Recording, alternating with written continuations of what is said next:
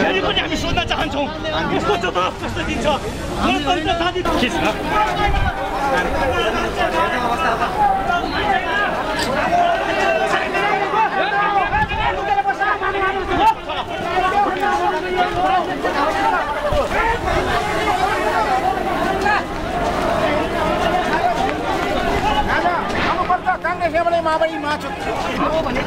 जब त हामी जनता जस्तोमा कराउनु सहरहरू सबै सुरक्षित हुनु पर्यो नि त भ्रष्टाचार नेताले जे गर्यो त्यही गर्नु मिल्छ त भनेर जनता चाहिँ सबै मर्ने जनताले त भोलि आगो लगाइदिन्छ सबै अब यो एउटा बिल्डिङमा त आगो सबै पुलिसको कर्मीले लगाइदिन्छ जनताले अनि कसले जोगाउनु हो सहरले मात्रै जोगाएर हुन्छ सबै घरभित्र पुलिस बसिदिएर अनि नेता चाहिँ उनीतिर लुक्ने अनि उहाँलाई नि के मराउने जनताले त उहाँलाई नै आक्रमण गर्छ त्यसरी सबै यो भ्रष्टाचारी नेताले यो केपी चोर यो किडनी फेरो त कामै नलाग्ने यो चोर यो इन्डियाको गुलामी अब नाकाबन्दी इन्डियाले गरिदिनु लागेको छ यसको बाउको घोको खान्छ होला साला चोर यो काम लाग्दैन मरे पनि हुन्थ्यो यो आज मरे भोलि सुन्न पाए पनि हुन्थ्यो गर पशुको दिनमा थुक्दिनु हुन्थ्यो कि यस्तो चोरहरूलाई सेरेकी बोडी केपी ओली त मर्नै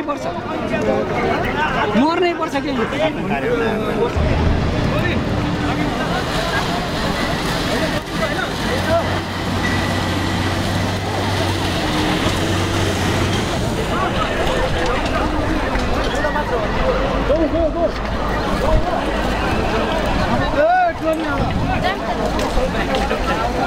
काम छैन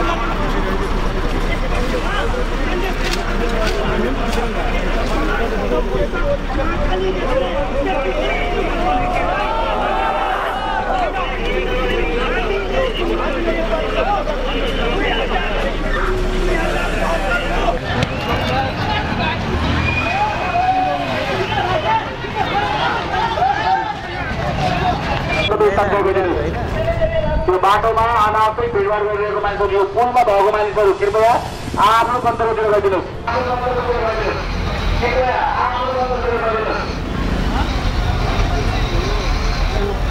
अब तपाईँहरू यहाँ बस्नु भएन, तपाईँहरू मान्छे चार्ज हुन्छ, तपाईँले यहाँबाट हटिहाल्नु होला।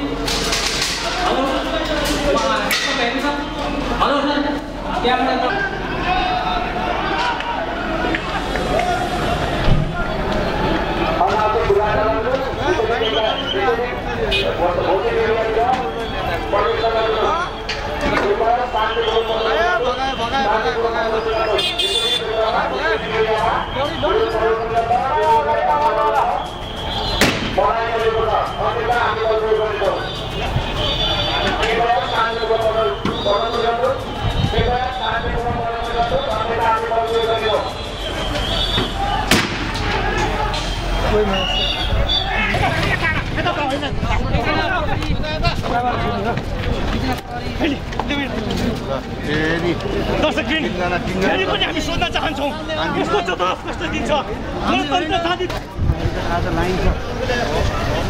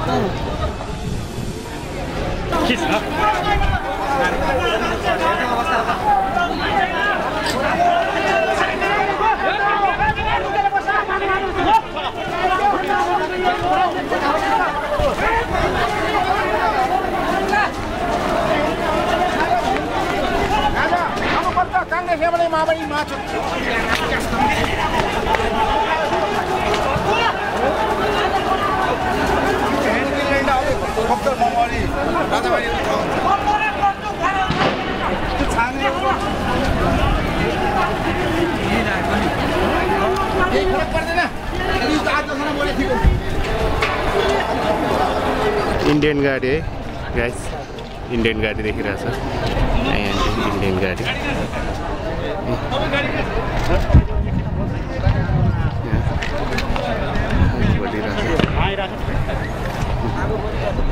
बनिरहेछ आगो लागिरहेछ यहाँ सक्नुहुन्छ तपाईहरुले हुर हुर बल्छ एकछिन निभाइदे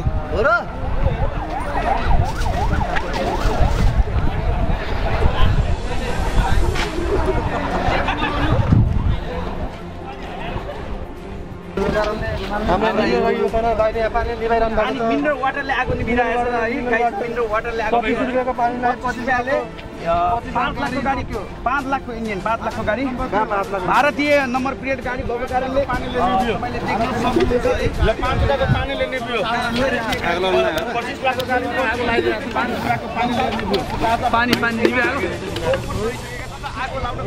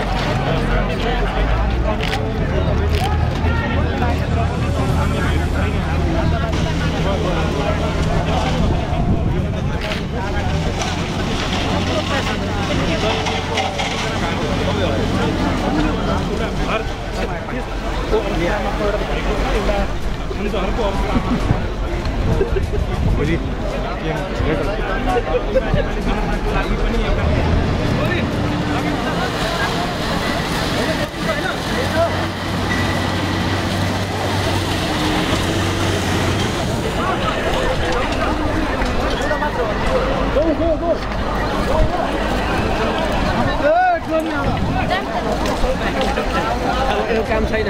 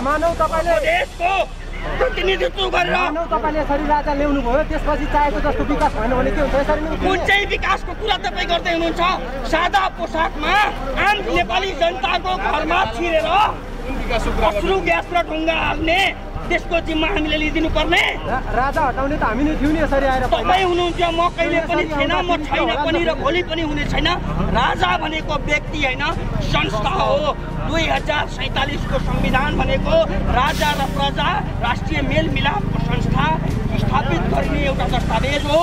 2072 को अवैध दस्तावेज भनेको सिङ्गो मधेसी समुदायलाई बाइकट गरेर आदिवासी जनजाति मधेसी थारू महिला सबैलाई उपेक्षा गरेर बन्दुकको दबाव र विदेशीको प्रभावमा लादिएको त्यो एउटा व्यवस्था हामीले कहिले पनि स्वीकार गर्दैनौँ।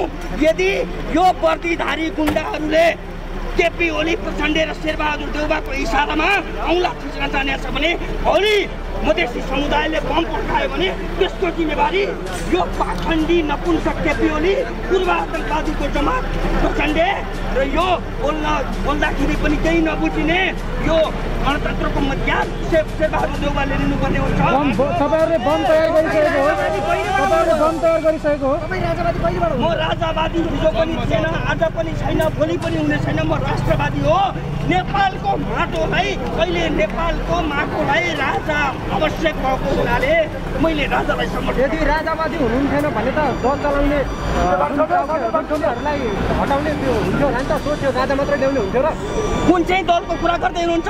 नेपाली कांग्रेस जुन भारतमा आएको दल हो, जुन तपाईँ हामीले ल्याएकै। म भन्दैछु तपाईँले ल्याएको होला, मैले ल्याएको। साथी, जब कि दुई ठाउँमा हारेको बादव नेपालले फेरि प्रधानमन्त्री हुन सक्छ।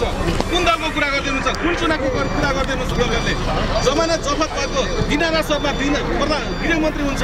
कुन दलको कुरा गर्दै हुनुहुन्छ? चुनावबाट केही पनि हुनेवाला छैन। राजा आएपछि त्यस्तो हुँदैन। हुँदैन हुँदैन।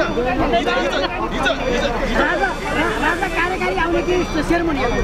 यो सबै नेपाली जनताको निर्णय। तपाईहरुको निर्णय के हो? तपाईहरुले राजाले शासन गर्ने सेरेमनी म भन्छु के हो सेरेमनी? नागरिक वार देखियो क्या सर?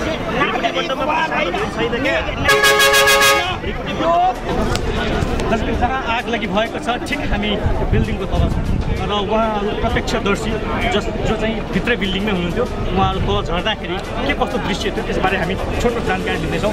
तपाईँको परिचय भन्नुहोस्। नमस्ते, मेरो नाम विदिशा भट्टराई। तपाईँ यो आग लागि हुँदाखेरि भित्र हुनुहुन्थ्यो? हजुर, म भित्रै थिएँ।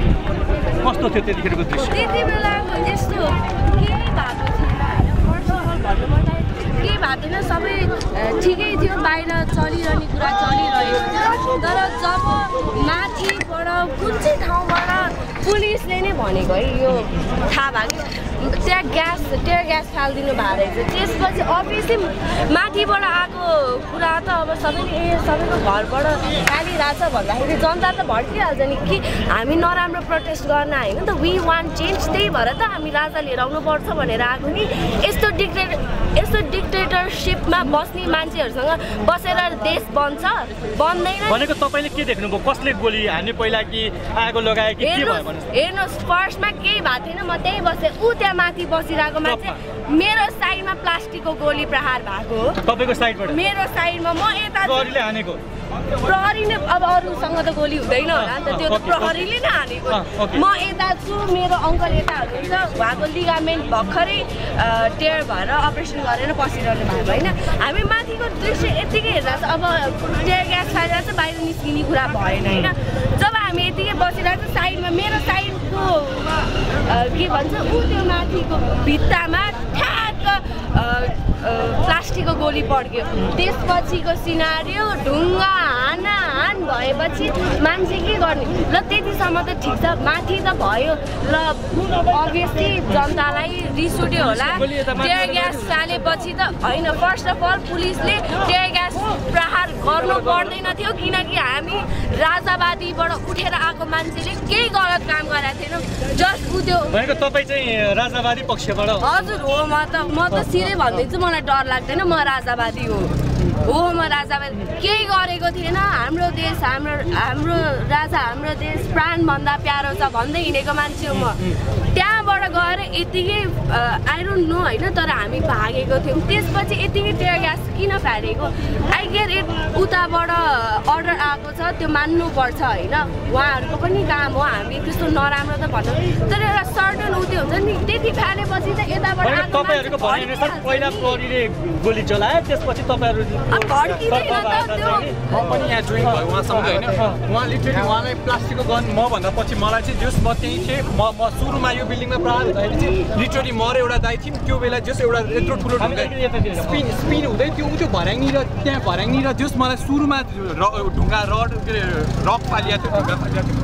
अनि सबैजना प्यानिक भयो। अनि त्यसपछि मैले यहाँ ऊ छ पनि रेकर्डिङ पनि छ मसँग, पुलिसलाई फोन गरेँ। यहाँ वृद्ध पनि हुनुहुन्छ, बच्चा पनि हुनुहुन्छ। उहाँ राजावादी हो, म राजावादी पनि होइन। म जस्ट कलेजबाट फर्किँदै थिएँ। यहाँ एक्कासी असर ग्यासहरू प्रहार भएपछि म यो बिल्डिङमा लिटरली छिर्या हो। अनि म बाहिर निस्किन पनि सकिनँ। मैले पुलिसलाई नै फोन गरेर म्याम हामीलाई एकदम गाह्रो भयो, यो लेडिजले उठाउनु रिसिभ गर्नुभयो। मैले म्याम हामीलाई एकदम गाह्रो भयो, यहाँ वृद्ध पनि हुनुहुन्थ्यो, बच्चाहरू पनि हुनुहुन्थ्यो, एकजना उहाँकै बहिनी पनि आत्तिराख्नु भएको थियो। अनि हामी यहाँ एकदम गाह्रो भयो, सिचुएसन एकदम गाह्रो भयो। हामीले यहाँबाट इभ्याकुएट गरिदिनु, हामी होस्टेल जस्तै भएर बस्यौँ, न माथि जान सक्छौँ हामी न तल जान। त्यहाँ सास पनि लिटरली यो अर्को बिल्डिङमा चाहिँ मेन भएको आज चाहिँ यो डेमोक्रेटिक हो। ल राजा आओस् नआओस् मेरो मतलबको कुरा होइन, तर यो डेमोक्रेसी नै होइन नि त, यो त डिक्टेटरसिपमा गइरहेको छ नि त अहिलेको कारण। यो डिक्टेटर केपी ओलीले के गर्यो, यसरी पुलिसले अर्को बिल्डिङबाट पुलिसले त्यो असुर ग्यास फाल्यो। असुर ग्यास फालेको प्रहरी पनि माथि थियो,